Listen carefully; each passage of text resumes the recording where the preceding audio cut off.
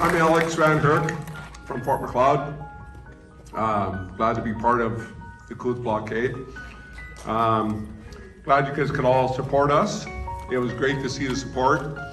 We spent 16 days at Coutts, so many cold nights. I can tell you a lot of stories. Many nights getting up, my brother and I, 3 o'clock in the morning, colder than, you know what, in the camper. Nobody wanted to get under the blankets to put a new propane bottle on. It wasn't only the propane, the regulators were frozen. Lo and behold, Fred thought, well, I'm just gonna pee on the regulator to try to thaw it out.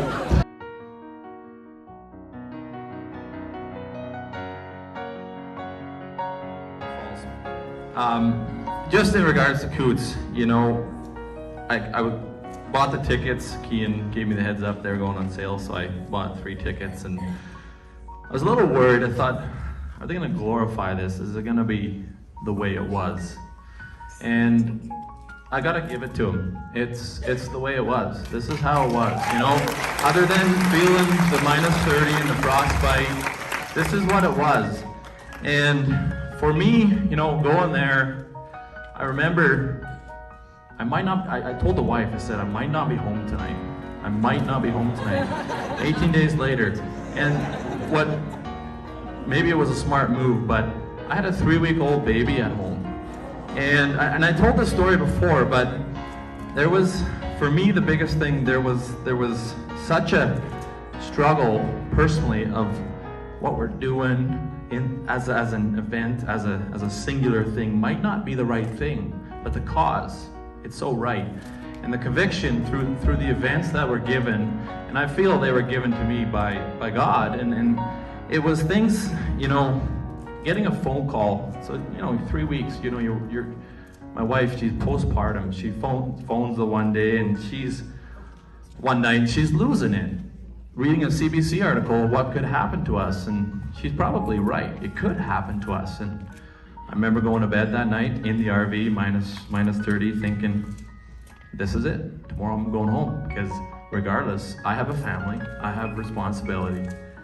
And the next morning at 10 o'clock in the morning, she phones and she says, where can we stay? Like, I'm coming with a 3-week-old baby. So, you know, we can talk about all the work, you know, all the glory and all the big events and the tractors and such, but it was the personal conviction that everybody had.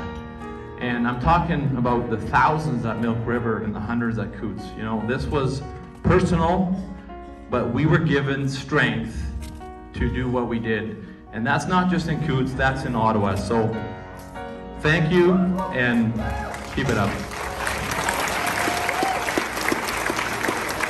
Sorry, Peter.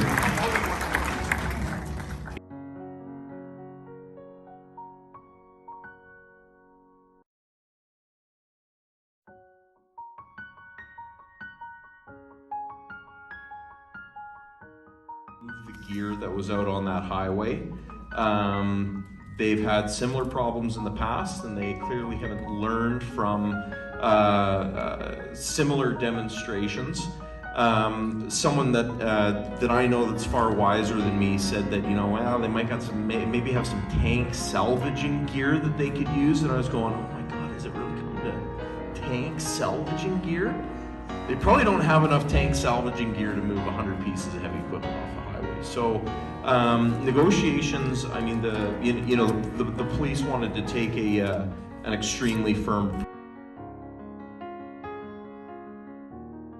I think we got there the night before midnight, and it was an amazing scene, right? You see all these trucks and Canadian flags everywhere, and kind of stayed up all night. We had like a 2-hour nap, and right when we woke up, everybody started coming out, and we started meeting everybody, and they're saying, oh, the RCMP's coming, the RCMP's coming. In the back of my head, well, yeah, you're blocking the border, the RCMP is coming. And so we go to where they're drinking coffee and stuff, and I'm seeing videos of all these RCMP actually coming. There's 47, we counted, tactical units, SWAT, the big guys. Yeah. So I think it was then where I called you before my fiance.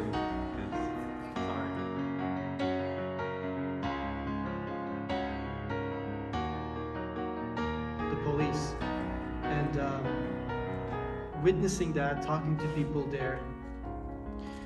And I came to Coutts straight from Ottawa. I drove all the way to Ottawa with the convoy, and then I drove right back to this day. Didn't stop at Calgary, straight to Coutts.